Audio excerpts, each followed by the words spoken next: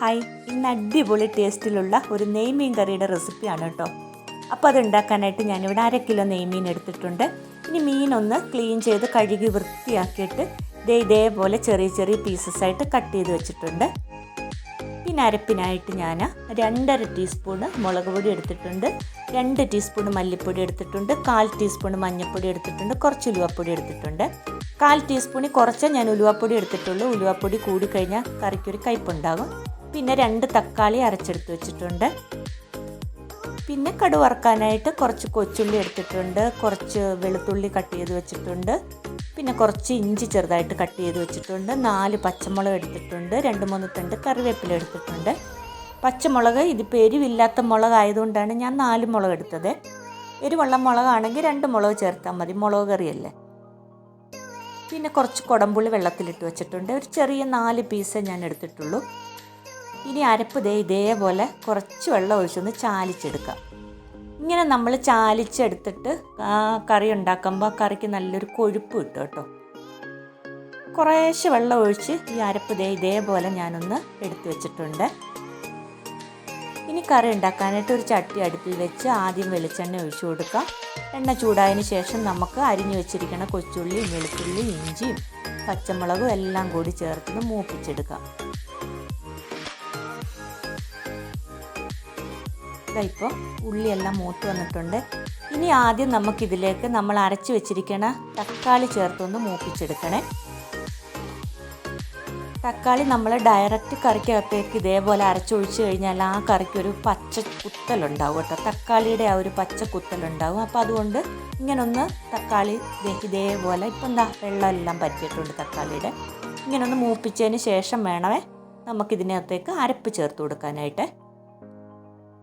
അരപ്പ് ചേർത്ത് ഇതേപോലെ നല്ലപോലെ ഒന്ന് മിക്സ് ചെയ്ത് മൂപ്പിച്ചെടുക്കാം. ജസ്റ്റ് ഒരു 2-3 മിനിറ്റ് കൊണ്ട് തന്നെ ഇത് മൂത്ത് കിട്ടും കേട്ടോ. അരപ്പ് നല്ലപോലെ മൂത്തതിന് ശേഷം മാത്രമേ വെള്ളം ചേർക്കാവുള്ളേ. ഇപ്പം കണ്ടോ, അരപ്പ് നല്ലപോലെ മൂത്ത് കിട്ടിയിട്ടുണ്ട്. ഇനി ഇതിലേക്ക് ഞാൻ ആദ്യം 1 ഗ്ലാസ് വെള്ളം ഒഴിച്ച് അരപ്പൊന്ന് മിക്സ് ചെയ്യുന്നുണ്ട്. ആദ്യം 1 ഗ്ലാസ് വെള്ളം ഒഴിച്ച് മിക്സ് ചെയ്യാം. പിന്നെ നമുക്ക് ബാക്കി വെള്ളം ചേർത്ത് കൊടുക്കാം. അല്ലെന്നുണ്ടെങ്കിൽ അരപ്പൊന്ന് മിക്സായി കിട്ടാൻ പാടായിരിക്കും. ഇനി അതിലേക്ക് ബാക്കി വെള്ളം കൂടി ഒഴിച്ചു കൊടുത്ത് ആവശ്യത്തിനുള്ള ആ ഒരു ഗ്രേവിക്കുള്ള വെള്ളം ചേർത്ത് കൊടുക്കാം കേട്ടോ.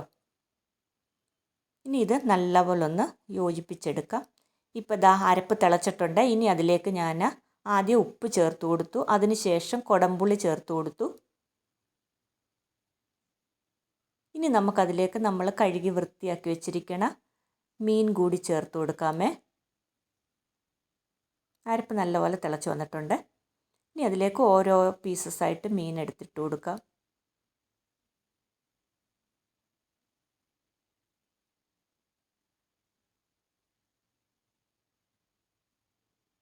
മീനെല്ലാം ഞാൻ ഇട്ട് കൊടുത്തിട്ടുണ്ട്. ഇനി നമുക്കിതെല്ലാം കൂടി ഒന്ന് മിക്സ് ചെയ്ത് കൊടുക്കാം. അരപ്പൊക്കെ മീനിലേക്ക് നല്ലപോലെ പിടിക്കത്തക്ക രീതിയിൽ ഇതേപോലെ മീനെല്ലാം ആ ഗ്രേവിക്കകത്തേക്കൊന്ന് മുക്കി വെച്ച് കൊടുക്കാമേ. പിന്നെ കുറച്ച് കറിവേപ്പില കൂടി മുകളിൽ ഇട്ട് കൊടുത്തിട്ട് അടച്ചു വെച്ച് ഒന്ന് വേവിച്ചെടുക്കാം. ഇടയ്ക്കൊന്ന് ഇളക്കി കൊടുത്തോണം കേട്ടോ, ഇടയ്ക്കിടയ്ക്ക്, അല്ലെങ്കിൽ ഈ മൺചട്ടി ആയതുകൊണ്ട് അടിക്ക് പിടിക്കും. ഇടയ്ക്കൊന്ന് തുറന്ന് നോക്കിയിട്ട് ഇതേപോലെ ഒന്ന് ഇളക്കി കൊടുക്കാം കേട്ടോ. ഈ ഒരു സമയത്ത് ഉപ്പ് നോക്കിയിട്ട് ഉപ്പ് കറക്റ്റ് ചെയ്ത് കൊടുത്തോണം കേട്ടോ.